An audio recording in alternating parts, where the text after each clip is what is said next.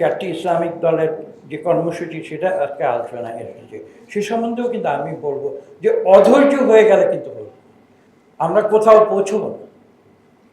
বিভিন্ন রাজনৈতিক দলের বিভিন্ন মত দ্বৈধতা থাকবে, কিন্তু আমরা সেই মত দ্বৈধতা সামনাসামনি আলাপ করব এবং সবশেষে গিয়ে যদি গণতন্ত্রের বিচার করি তাহলে আমরা সেই গণতান্ত্রিক প্রক্রিয়ায় মেজরিটির বেসিসে আমরা একটি সিদ্ধান্ত আসব। আজকে আমরা বিভিন্ন রাজনৈতিক দল আমরা তো যদি একটি সুষ্ঠু নিরপেক্ষ নির্বাচন যেটি আগামী ফেব্রুয়ারিতে হবে সরকার ঘোষণা দিয়েছে এবং আমি বিশ্বাস করি বাংলাদেশের সব রাজনৈতিক দল সে বিষয়ে ইতিমধ্যে একমত হয়েছে যে আগামীতে একটি সুষ্ঠু নিরপেক্ষ নির্বাচন আমরা দেখতে চাই, যার মাধ্যমে বাংলাদেশের 13 কোটি ভোটারের মতামত প্রতিফলিত হবে।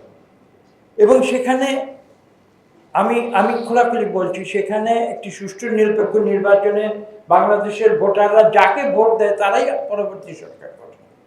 এটা নিয়ে তো মারামারি করার কিছু নেই। বিএনপি অনেকে বলেন যে আমাকেই বলে অনেকে যে আপনারাই তো ইলেকশনে জিতবেন। আমি বলছি না, আমি সেটা মনে করি না। আমি দেখতে চাই যে বাংলাদেশের মানুষ যারা বিগত 15 বছর সুষ্ঠু, 15 কেন, বিগত 20 বছর যারা সুষ্ঠু নিরপেক্ষ ভোট দিতে পারেনি তারা একটি সুষ্ঠু নিরপেক্ষ ভোট দেয়। তারা যেই রাজনৈতিক দলকে বা যে মতবাদকে তারা সবচেয়ে বেশি ভোট দেবে তারাই সরকার গঠন করবে। বিএনপিকে সরকার গঠন করতে হবে এরকম কোনো কথা আমি বিশ্বাস করি। এবং আমরা মানুষকে গণতান্ত্রিক প্রক্রিয়া আমাদের বক্তব্য আমরা বোঝাতে চেষ্টা করব। বিভিন্ন রাজনৈতিক দল তাদের যে বক্তব্য রয়েছে সেটা মানুষকে বোঝাতে চেষ্টা করবে। এতে তো কোনো দ্বন্দ্বের কোনো কিছু নেই।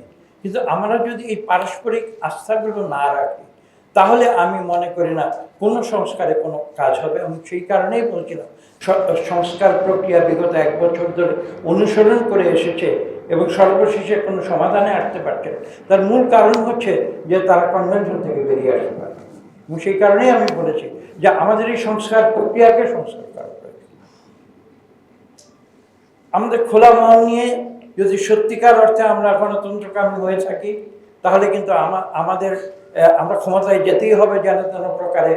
এবং বক্তারা বলেছেন, কিছুক্ষণ আগে আমি শুনেছি একজন বক্তা বলেছেন যে 300 এমপি যদি দুর্নীতি না করে, যে তৃতীয় যে বিষয়টি আজকের দ্বিতীয় যে বিষয়টি আজকের আলোচনা মূল বিষয়, মূল যে প্রতিপাদ্য, সেই প্রতিপাদ্যের দ্বিতীয় যে বিষয়টি দুর্নীতি, সেই দুর্নীতি যদি আজকে 300 এমপি না করে, তিনি বলেছেন এবং জিল্লু সাহেব বলেছেন যে যদি একজন দুর্নীতি না করে তাহলে হয়তো বাংলাদেশের দুর্নীতি সহজেই দূর হবে। এবং আমি কথার সঙ্গে সম্পূর্ণ একমত।